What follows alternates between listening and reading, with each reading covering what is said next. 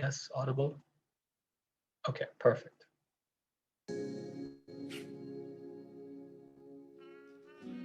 There are many amazing characters in The Great Gatsby, one being Jay Gatsby.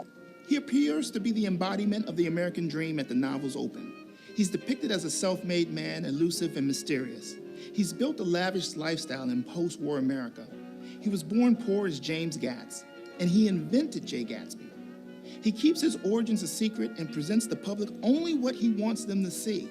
This leads to speculation and rumors.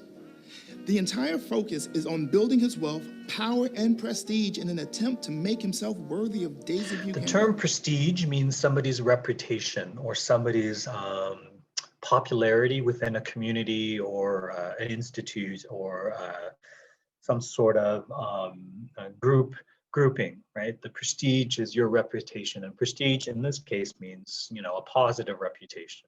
And as the narrator says here, Jay Gatsby is very fascinated with the idea of impressing Daisy Buchanan, an ex-girlfriend of his from a long time ago, who rejected him because Jay Gatsby was originally poor.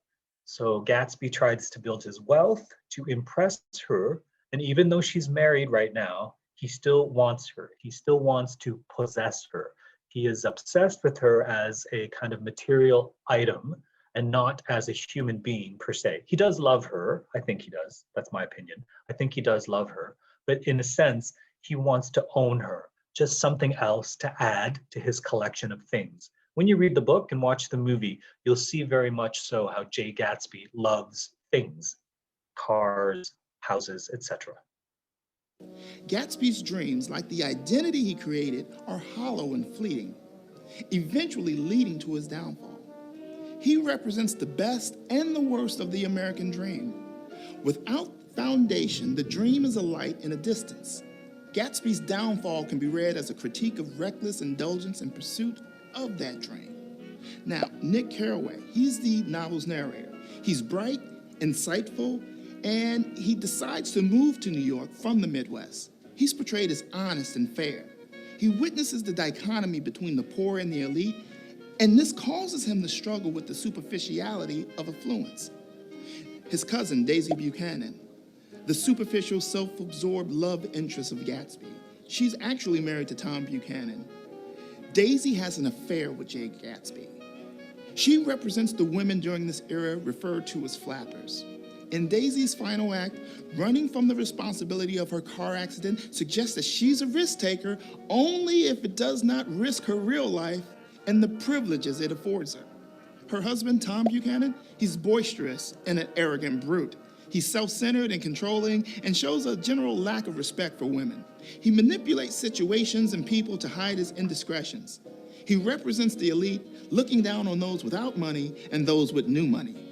Then there's George and those with new money, without money and those with new money. The elite looking to hide What's his interesting here about Tom Buchanan, if you look at all of these adjectives, boisterous means loud or obnoxious, kind of, not wild, but just kind of like a ruffian, like somebody who likes to, punch people, hit people, all of those kinds of things. He's arrogant and a brute. He's self-centered and controlling. He lacks respect for women. He's manipulative, but he does have a lot of girlfriends in his past.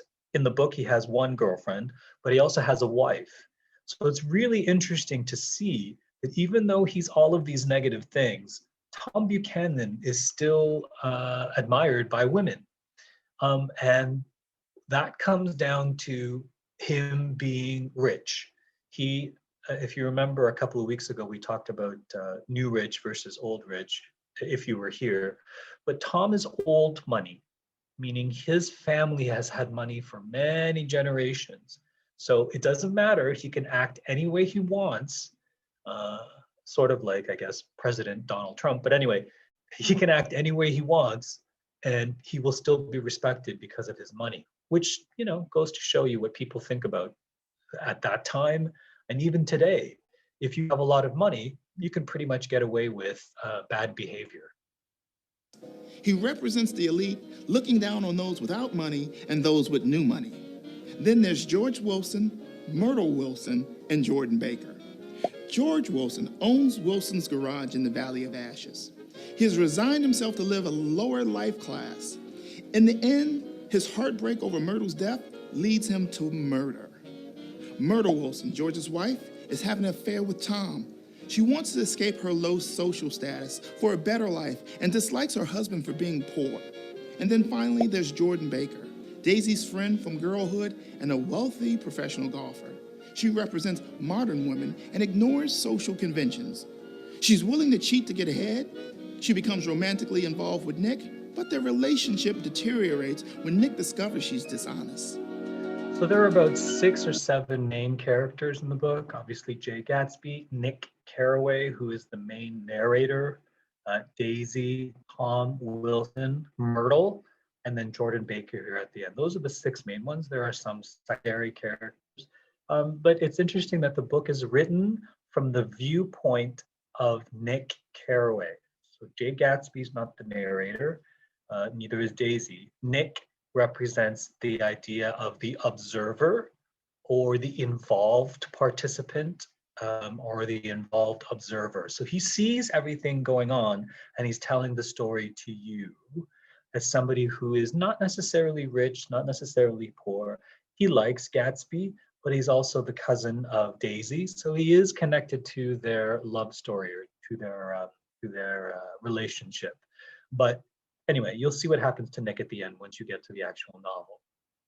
Next thing I want to focus on are some of the themes, but let's do a summary of chapter 1. So chapter 1, this activity is based on chapter 1. So you're answering these questions. You're choosing one of these questions to answer for chapter 1. So let's do a summary of chapter 1. What's happening in chapter 1?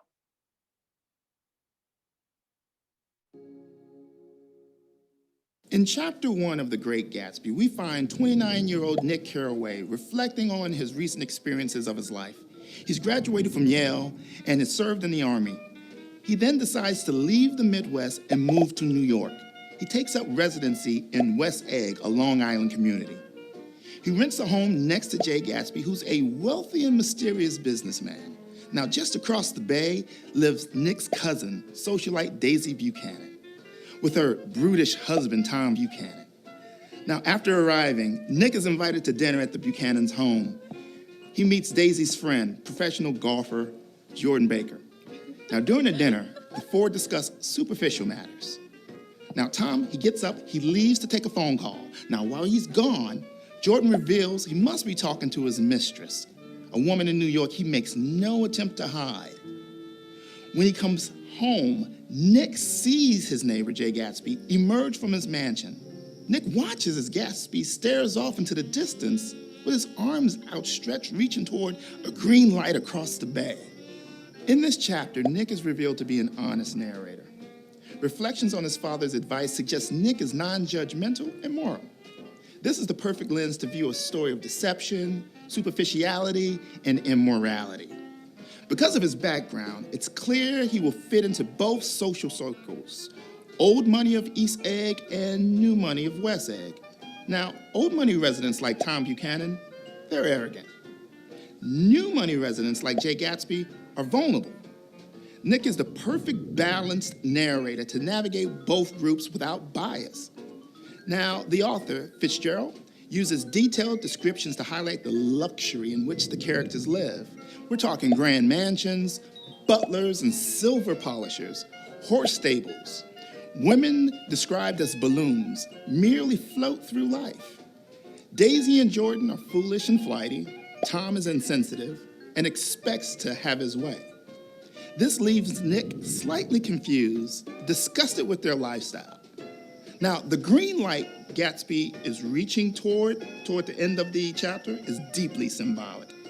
In literature, green is often symbolic of money.